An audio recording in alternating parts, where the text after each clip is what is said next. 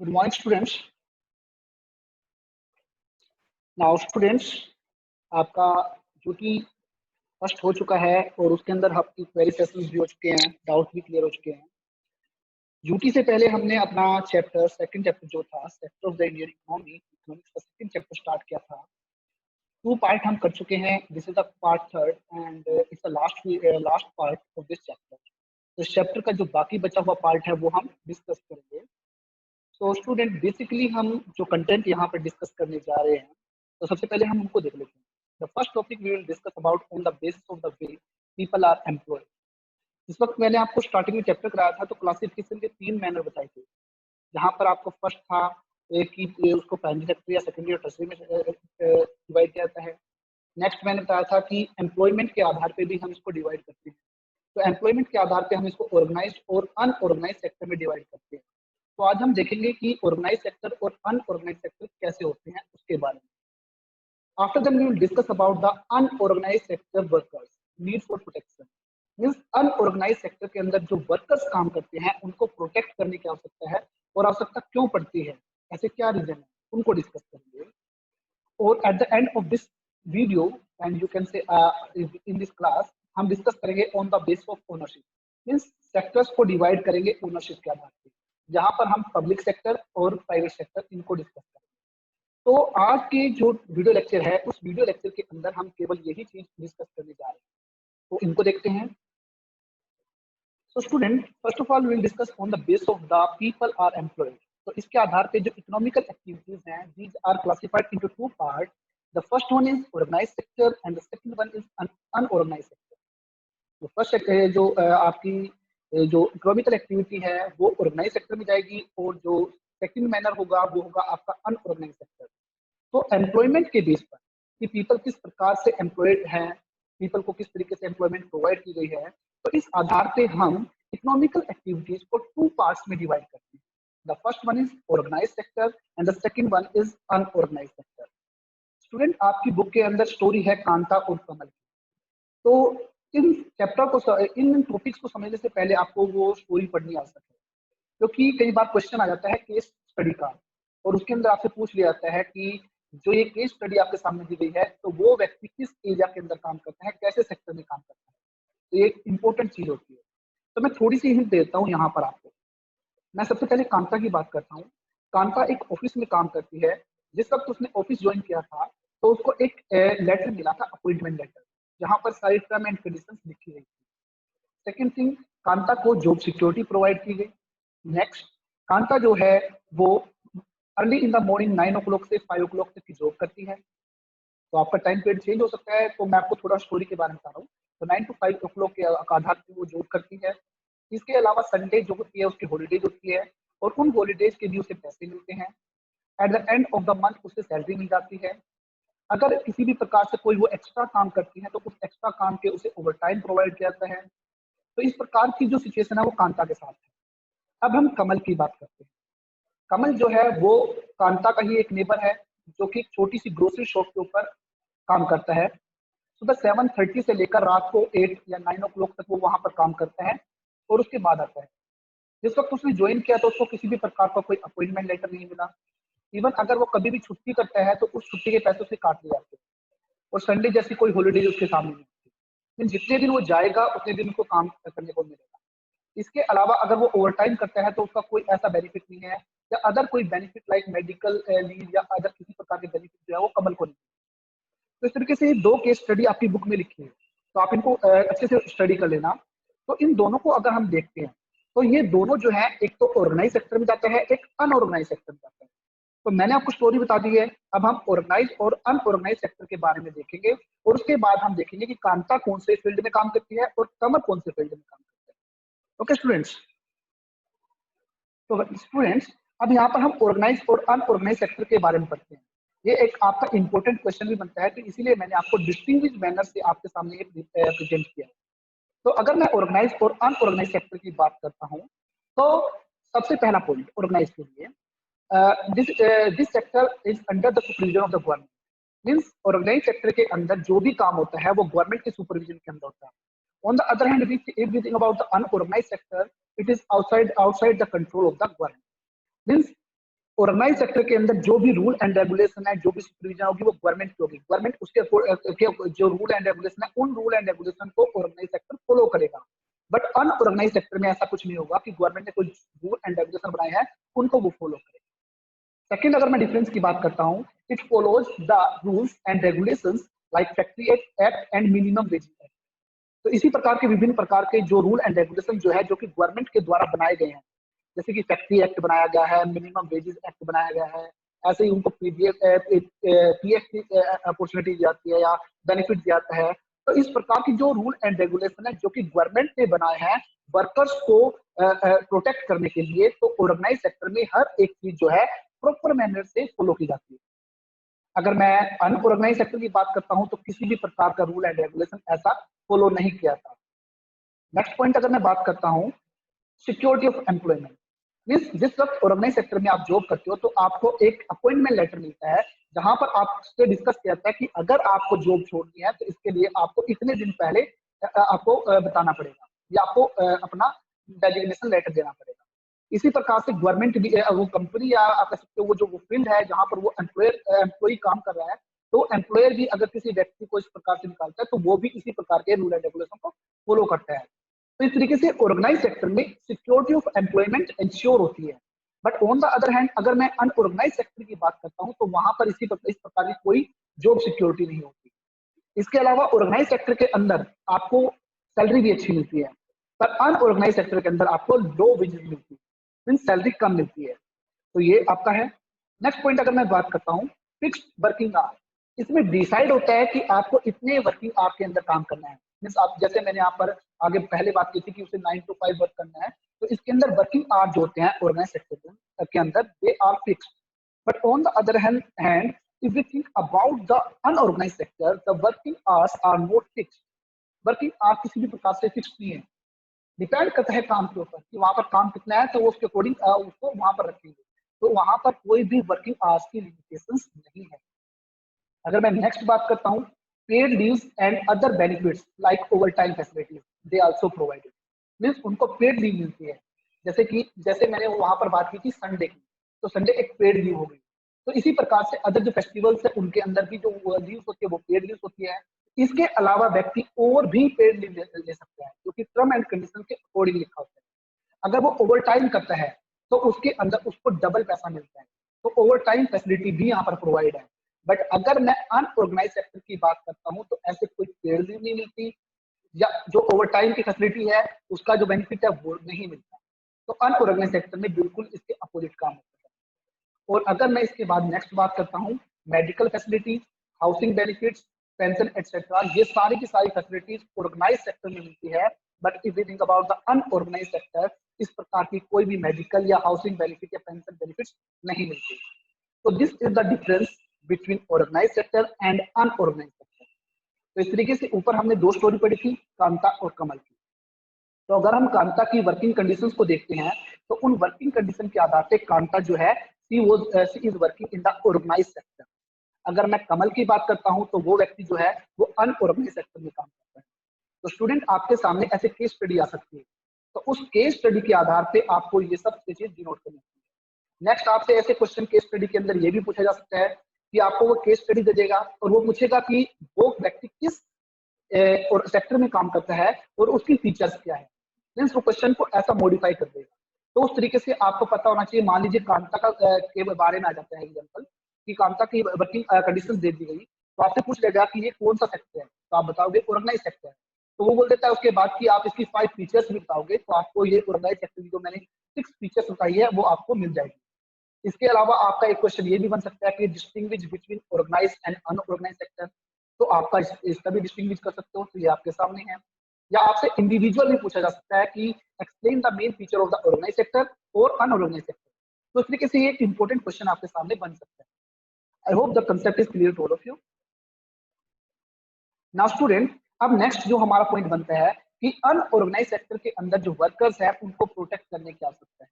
अब रिक्वायरमेंट क्यों पड़ी, इसके बारे में देख लेते हैं। तो सबसे पहले हम देखेंगे कि how to protect the workers in the unorganise sector. ऐसे कौन से तरीके हैं कि उनको अनऑर्गेनाइज सेक्टर जो वर्किंग है वर्कर्स हैं उनको हमें, आप कह सकते हो, प्रोटेक्ट करने की आवश्यकता पड़ी, या कैसे कर सकते हैं। तो सबसे पहला जो रीजन है वो देख लेते हैं। रीजन है चैलेंज ऑफ सेफ्टी।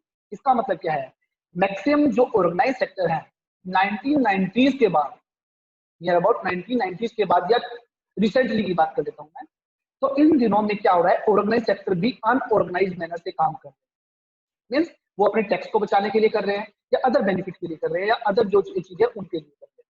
तो क्या कर रहे हैं, ऑर्गेनाइज सेक्टर भी अनऑर्गेनाइज मैनर से काम कर रहा है।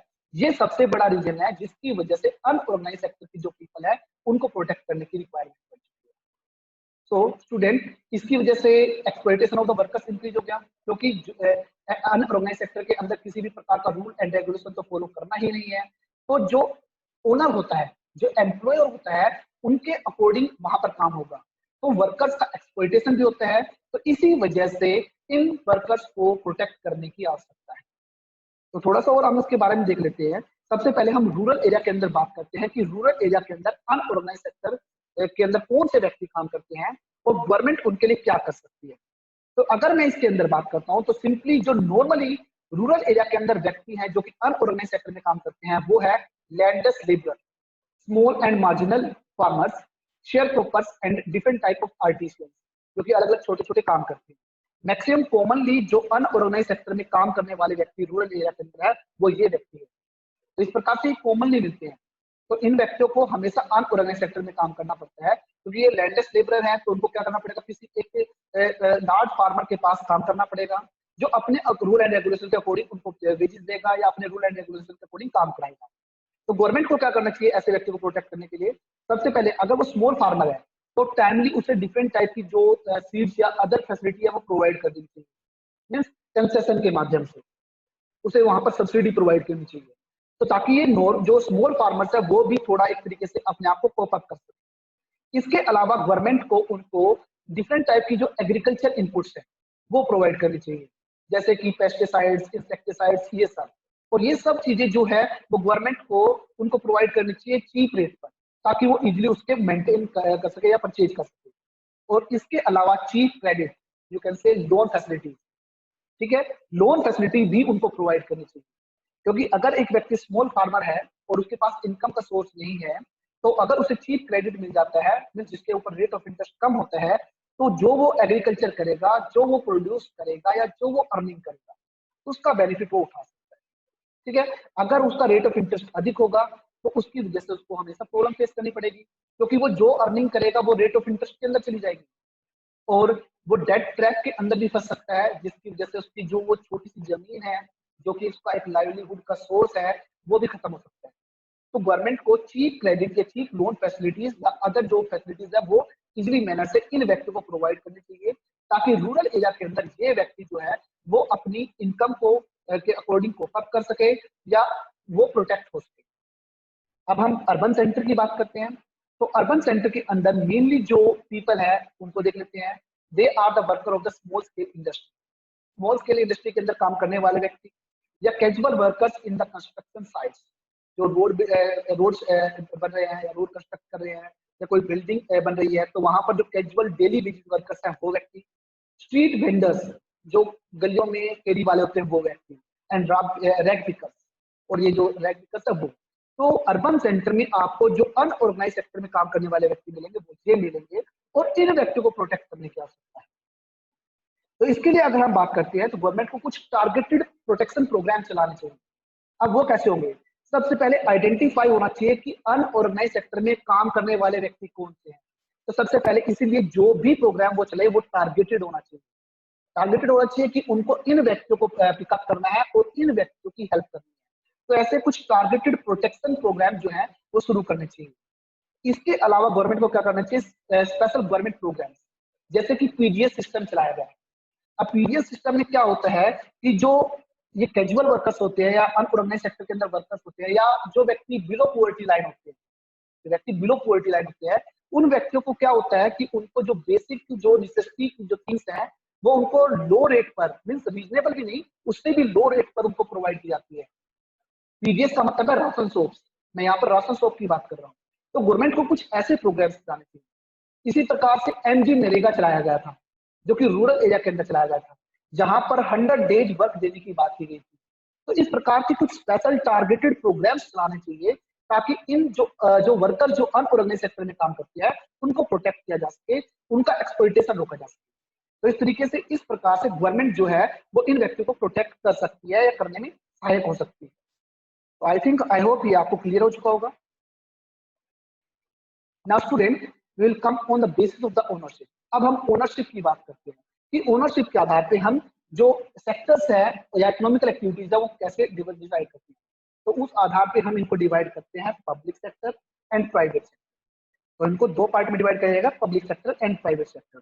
अगर मैं पब्लिक सेक्टर की बात करता हूँ तो these are those sectors which are owned and controlled, note down student, owned and controlled by government, वो कहलाते हैं आपके पब्लिक सेक्टर। ऐसे सेक्टर्स जो कि गवर्नमेंट के द्वारा ओन्ड एंड कंट्रोल होते हैं या गवर्नमेंट के रूल एंड रेगुलेशन फॉलो करते हैं वो कहलाते हैं आपके पब्लिक सेक्टर।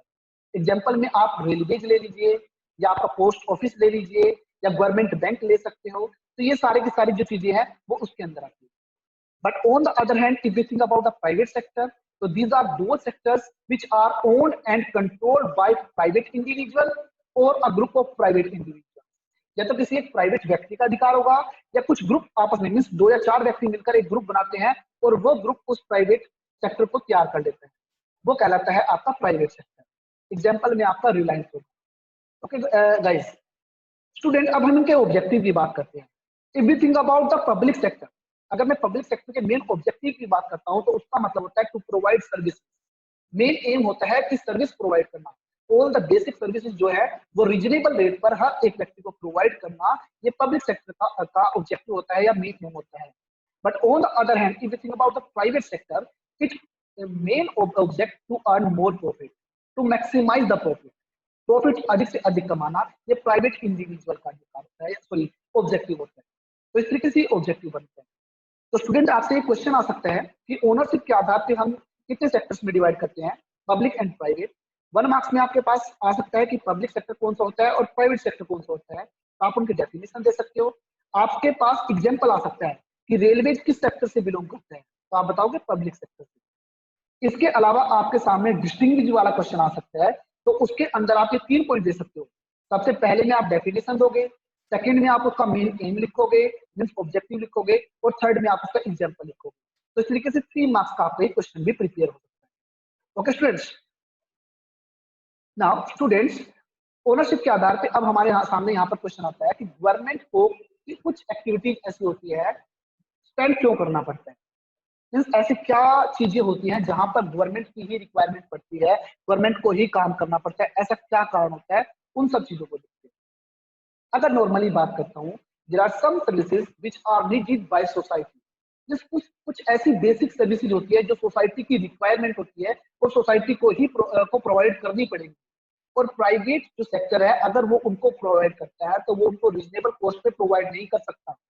तो ऐसी सिचुएशन के लिए, ऐसी एक्टिविटीज के लिए गवर्नमेंट को इनिशिएटिव उठाना पड़ता है। For example bridge construction. अगर मैं ब्रिज कंस्ट्रक्शन की बात करता हूं तो अगर कोई प्राइवेट इंडिविजुअल उसको प्रिपेयर करेगा और उसके बाद उससे इलेक्ट्रिसिटी जनरेट करेगा, क्या वो उसको रिजनेबल रेट पर आम जनता को देगा? नहीं, क्योंकि प्राइवेट सेक्टर का मतलब है to earn more and more profit. यहाँ उसका मेन ऑब्जेक्टिव ये है। तो ऐसी कुछ सर्विसेज होती हैं कि जो सोसाइटी को रिक्वायर्ड होती है और उनको केवल गवर्नमेंट ही प्रोवाइड करेगा और गवर्नमेंट के काम ही उसके अंदर होना चाहिए। तो इसलिए गवर्नमेंट इनके अंदर स्पेंड करती है। इसके अलावा government is required to support some services like PDS system, like electricity, जो अभी मैंने आपको एग्जांपल दिया है। अब पीडीएस सिस्टम की मैंने आपको ऊपर बात बताई थी कि गवर्नमेंट क्या करती है, गवर्नमेंट मार्केट से 10 रुपए, 12 रुपए, 15 रुपए केजी का आप कह सकते हो अनाज खरीदती है और 2 रुपीज पर केजी आम जनता को प्रोवाइड करती है।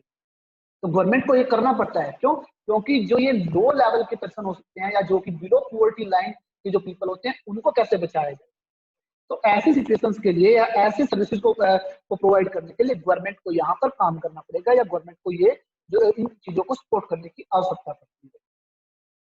Some activities are primary responsibility of the government. कुछ एक्टिविटीज या कुछ ऐसी फैसिलिटीज होती हैं जो कि गवर्नमेंट की आप कह सकते हो प्राइमरी रिस्पॉन्सिबिलिटी होती है और गवर्नमेंट को उनके ऊपर खर्च करना ही पड़ेगा। Like health facilities, education facilities. अगर मैं हेल्थ की बात करूं तो प्राइवेट हॉस्पिटल के अंदर आप जाओगे तो प्राइवेट हॉस्पिटल में आपको ज्यादा पैसा देना पड़ेगा।